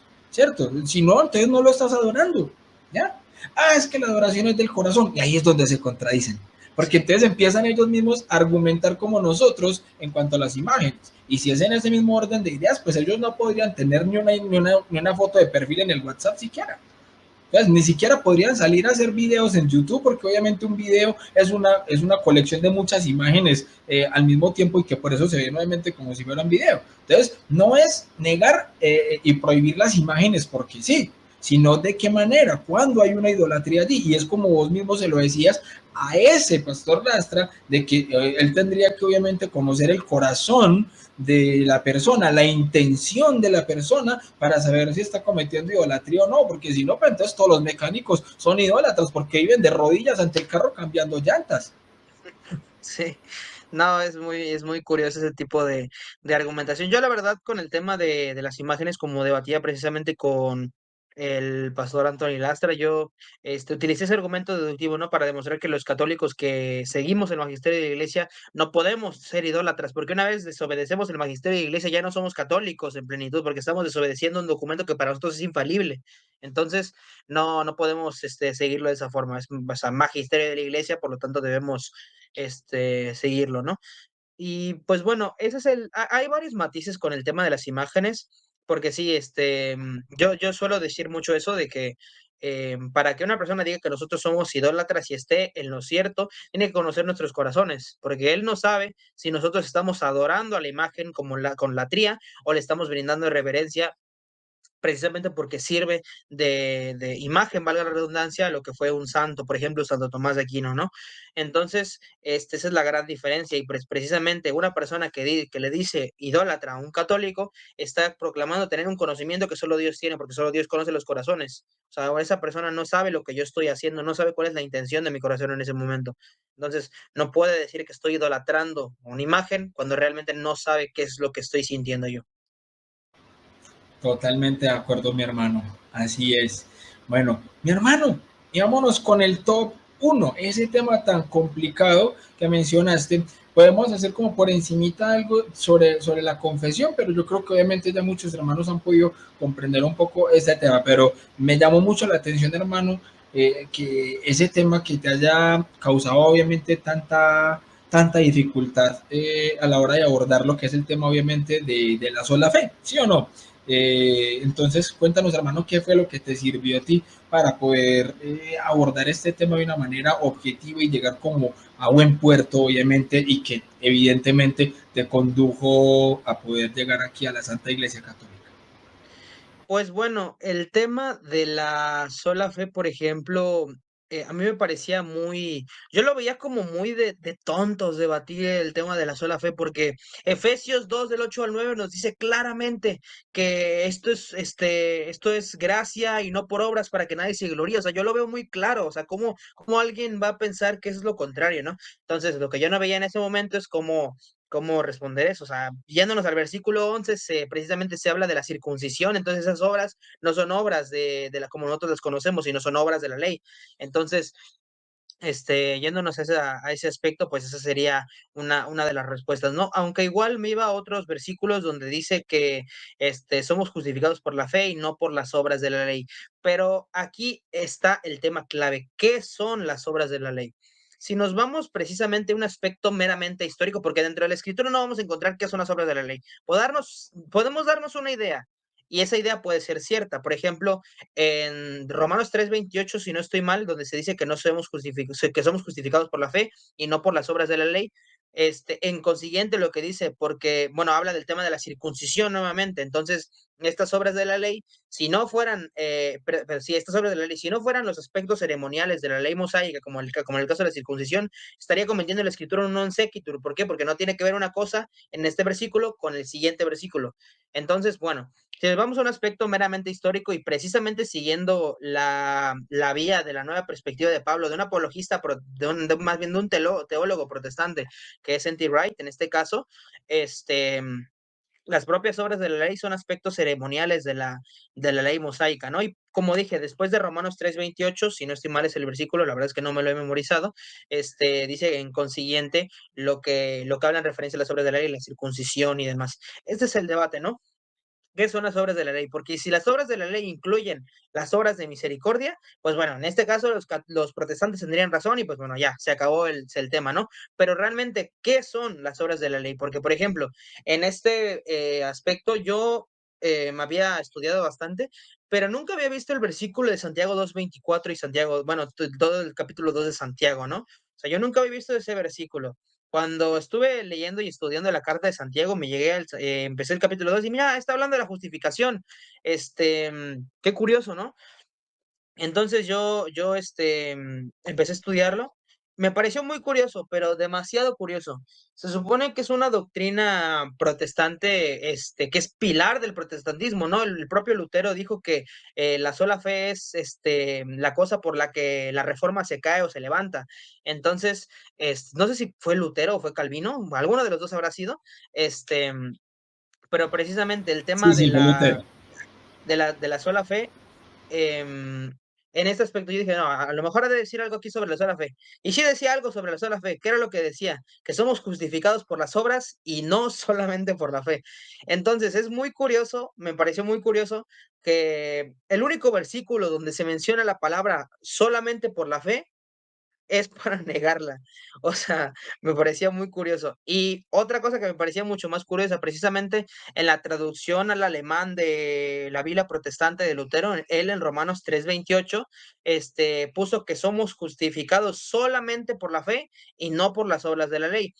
Qué fue lo que pasó? Obviamente los católicos se dieron cuenta y empezaron a criticar a los seguidores de Lutero. Y los seguidores de Lutero también le preguntaron, ¿qué fue lo que dijo Lutero? Díganles que el doctor Lutero así lo quiso traducir. Entonces, después de que estuve leyendo eso también, me pareció muy curioso y dije, no, entonces ya basta, ¿no? Entonces lo que le diría al Rafa protestante es, entonces, lee Santiago 2, capítulo 2, versículo 24 y ya después me cuentas. Excelente, mi hermano. Totalmente, así es. De hecho, es muy curioso que hubieses traído en este momento, pues, como ese tema, como tu top 1, porque precisamente anoche estaba pues en tertulia conversando con mi esposita. Nos ponemos a conversar así, a veces de un tema, del otro. Y anoche precisamente surgió el tema, estamos hablando de Lutero. Entonces, estábamos hablando desde el punto de la demonología, que eso es un tema que de hecho tengo ya una entrevista por ahí, pero quiero organizar ese tema también acá en el canal, donde hablamos de los aspectos que tenía desde la demonología Lutero y desde la parte psiquiátrica. Entonces mi esposita cogí y me decía, pero qué pecado el pobre Lutero. O sea, en muchos aspectos obviamente él no fue el culpable, sino que, como mi esposita muchas veces me lo ha indicado así, y es que en psicología uno puede ver que somos víctimas de víctimas, ¿cierto? No quiere decir que no tengamos nosotros responsabilidad en nuestras propias decisiones libres, pero sí hay un tema de que somos víctimas de víctimas. Entonces, por ejemplo, Lutero obviamente tuvo una historia desde la infancia muy complicada, que obviamente le arraigó en ese miedo tan tremendo que él tenía a la condenación. ¿Y qué pasó? Pues que eso lo llevó entonces a buscar una excusa, una justificación que le librara o que le diera como esa tranquilidad de, no me voy a condenar, ya, si yo creo en Jesucristo, ya estoy salvo, yo puedo pecar lo que quiera porque ya Jesús pagó por mis pecados, básicamente pues parafraseando, y entonces por eso, entonces aunque peque y peque mucho, desde que crea más fuerte en Jesucristo, entonces ya estoy salvo. Entonces era más como esa cuestión de buscar una justificación y pegarme de ahí, y de ahí no me mueve nadie, y por eso, si se cae la sola fe, se cae la reforma, porque era el tema donde él encontró de dónde pegarse para decir, así no me condeno. Entonces ya estoy libre de eso. Entonces, claro, hay un aspecto en el que podemos decir, hombre, que a pesar de Lutero sabía que le tocó, pero claro, obviamente también desde la parte libre que nosotros tenemos como seres racionales, hay una gran responsabilidad que todos obviamente vamos a tener allí. Entonces es muy fuerte esa parte y bueno, vamos a ver si de pronto entre poco también vuelvo y saco ese tema acá en el canal. De hecho, si quieren que saquemos ese tema, déjenlo ahí en los comentarios, muchachos, mis hermanos queridos. Y bueno, Rafa, mi hermano, en estos últimos días hemos visto entonces bastante a Rafa y les invito nuevamente a que se suscriban a su canal Fides et Ratio, Fe y Razón. Me encanta ese nombre, como la encíclica de nuestro gran San Juan Pablo II, Fides et Ratio, Fe y Razón. ¿Por qué? Porque tristemente hay mucho católico que se queda solamente con el Fides. Y entonces hay católicos que precisamente por negar aspectos filosóficos, aspectos desde la razón, desde la lógica, terminan abrazando un cierto fideísmo que a veces es dañino porque se termina imponiendo la fe. Y cuando la fe se impone, la persona a la que se le impone la fe se termina alejando. O se va a brincar un garaje protestante, con todo el respeto de los hermanitos, pero a veces eso es lo que pasa, ir a brincar un garaje protestante porque se basa más como desde el tema emocional, ¿ya? O se terminan alejando a extremos del ateísmo o a veces hasta el mismo satanismo. ¿Por qué? Porque es una fe impuesta. Entonces la fe tiene que ir acompañada de ¿qué? De la razón, ¿ya? La fe no puede ser una fe ciega. Y a veces también nos vamos al otro extremo, al extremo de negar la fe y únicamente quedarnos como una razón, pero desde la racionalidad al estilo cientificista, como decía ahorita nuestro amigo Rafa. Entonces, hermano, cuéntanos un poco sobre la labor que estás haciendo en tu canal Fides et Ratio. ¿Por qué el nombre Fides et Ratio? ¿Por qué haber empezado ya con este proceso de apologética? ¿Cómo es que debemos hacer una buena apologética? ¿Y qué consejo le darías entonces al católico que se está empezando a formar en su fe o al protestante que está buscando pero todavía no ha encontrado? Contanos, hermano. Bueno, yo precisamente le puse a mi canal Fides et Ratio, que es la fe y la razón, porque, bueno, yo comencé mi lucha, digámoslo así, contra los ateos. ¿Por qué? Porque los ateos hablaban de que no, que Dios esto, que Cristo esto. Entonces, yo como cristiano que amo a Jesús, no puedo quedarme de brazos cruzados cuando alguien está hablando mal de Cristo y está hablando mal de Dios. Entonces, no sería propio de mi parte. Cuando alguien está atacando a mi familia, no me voy a quedar de brazos cruzados nada más viendo cómo lo hacen, ¿no? Tengo que ir a defenderlo. Hay una frase, voy a citar a Juan Calvino, es una de las pocas frases de Juan Calvino que me gustan, que dice lo siguiente, si los perros cuando atacan a su amo salen a defenderlo, nosotros seríamos menos que perros si alguien ataca a Cristo y no hacemos lo mismo, no lo defendemos. Entonces es una frase de Juan Calvino que es muy cierta, ¿no? Nosotros como cristianos tenemos que defender a Cristo cuando es atacado, ¿no? Y en eso empezó precisamente mi sentir, ¿no? En este aspecto empecé a estudiar el tema de la existencia de Dios. Yo, como he dicho, mi metodología es la siguiente. Yo soy teísta porque creo en Dios, soy cristiano porque creo que Jesús es Dios, Jesús es el Mesías, Jesús resucitó de entre los muertos, y soy católico porque creo que ese Jesús dejó una iglesia y esa iglesia es la Santa Iglesia Católica. Entonces, precisamente, como teísta, tengo que defender mi teísmo ante los ateos, los agnósticos y demás. Como cristiano, tengo que defender mi cristianismo ante los budistas, ante los musulmanes, etcétera, etcétera. Y como católico, tengo que defender mi catolicismo ante los protestantes, los mormones, los testigos de Jehová, etcétera, etcétera. Entonces, esa línea es la que estoy siguiendo. En mi canal de Fides et Ratio van a ver videos de apologética católica, van a ver videos en defensa de la existencia de Dios, demostrando que Dios existe, y van a ver videos también sobre el tema del cristianismo, el caso de la resurrección de Cristo, el caso de por qué Cristo es Dios y demás, ¿no?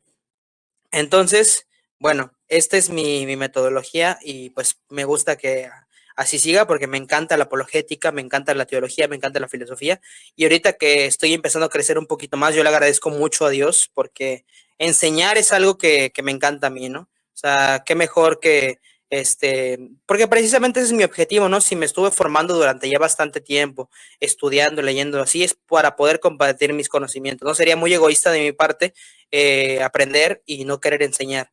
Entonces, ese es mi objetivo y le estoy dando gracias a Dios que me está dando los medios. Ahorita mi canal se está haciendo más conocido. Probablemente los que están viendo la entrevista ya me conocieron de algún debate que tuve últimamente. Pues precisamente esa es mi metodología, ¿no?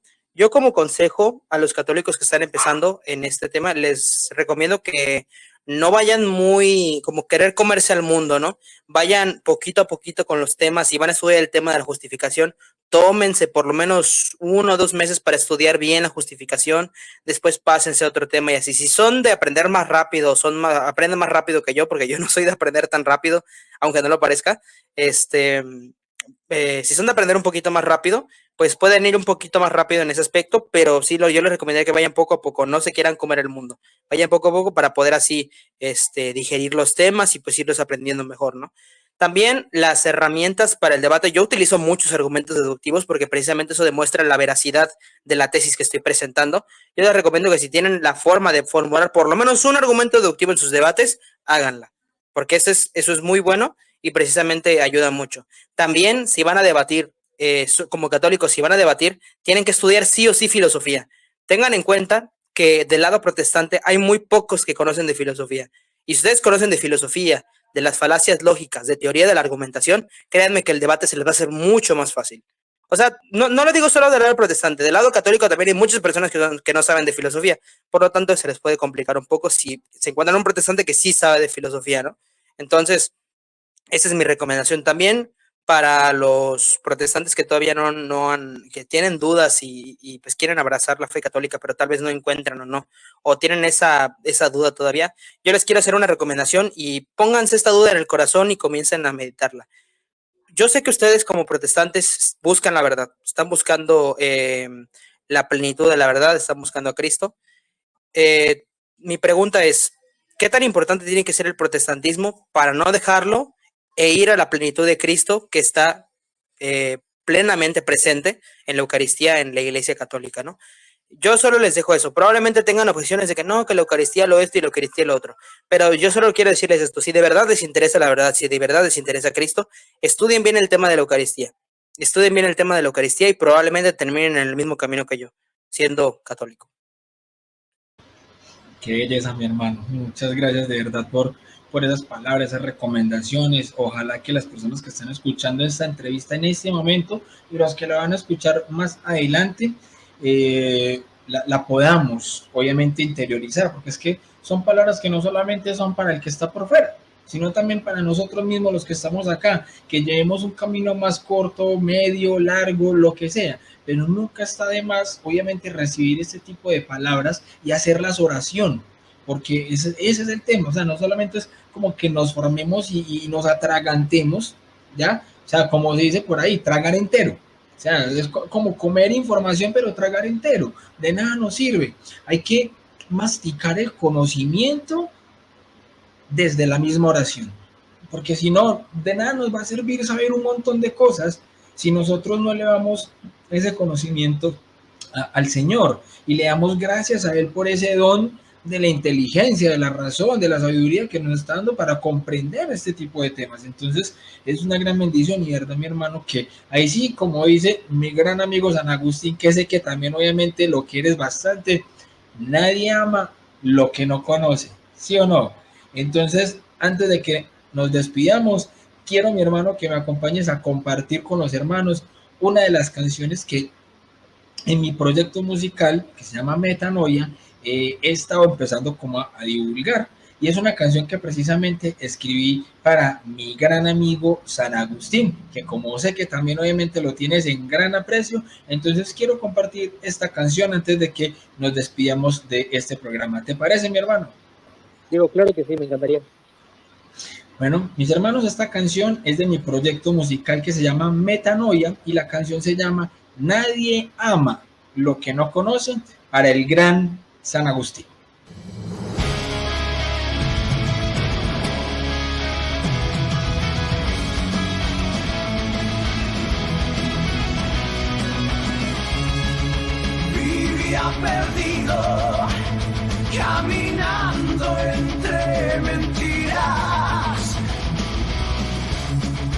entre un mar de sombras que yo mismo me creía. Y de cielo en el vacío solo encontré oscuridad. El amor fue la respuesta, porque me dejé encontrar. Nadie ama lo que no conoce, dijo el gran San Agustín. Ama y haz lo que quieras. La medida del amor es amar sin fin.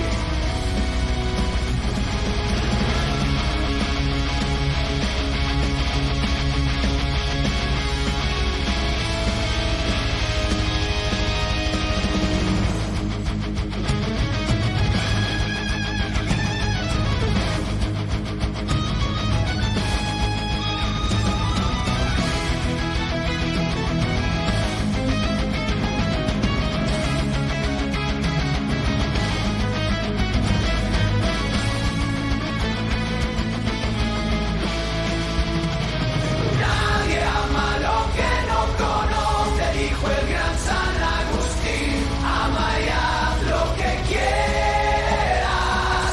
La medida del amor es amar sin fin. Es amar sin fin.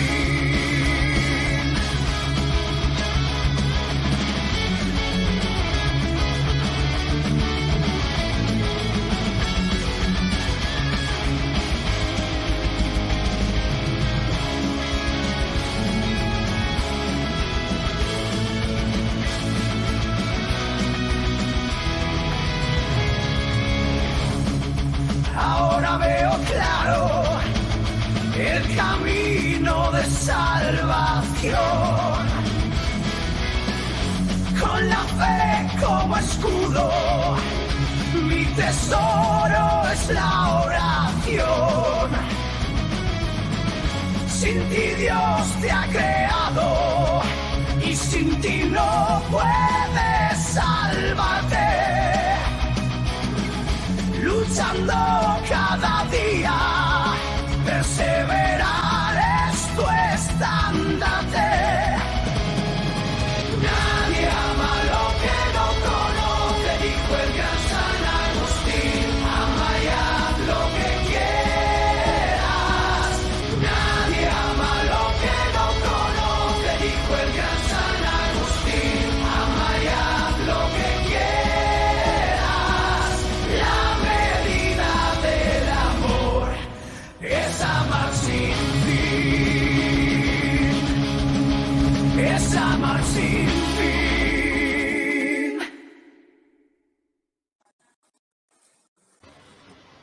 Bueno, ahí está, mi hermano, porque nadie ama lo que no conoce. Bueno, Rafa, mi hermano, unas palabras entonces de despedida para que despidamos a esta audiencia de Enfoca tu Fe, porque de eso se trata, de que cada día tratemos de amar más a nuestro Señor Jesucristo, de enfocar mejor nuestra fe católica para que podamos vivir nuestra fe de una manera más coherente. Unas palabritas de despedida, mi hermano. Pues muchas gracias a toda la audiencia de Enfoca tu Fe por estar presente en todo este programa de Preguntando se llega a Roma. Muchas gracias a mi amigo William por invitarme al programa. O sea, yo dije, este programa viene puro peso pesado, algo tengo que tener de especial para que me haya invitado, ¿no? Muchas gracias a mi amigo William y también pues a toda la gente que me ha estado apoyando a mi canal después de el debate que tuve con Cristian Izquierdo sobre Sola Escritura. Han llegado comentarios muy bonitos precisamente sobre mi argumentación. Lo agradezco bastante y pues bueno, aquí estamos. Planeo seguir creciendo tanto espiritual como intelectualmente para hacer tanto de testimonio como de enseñanza a muchas personas. Les agradezco mucho y me encomiendo sus oraciones por mi vida, por la vida de mi familia y pues nada más que eso. Dios les bendiga.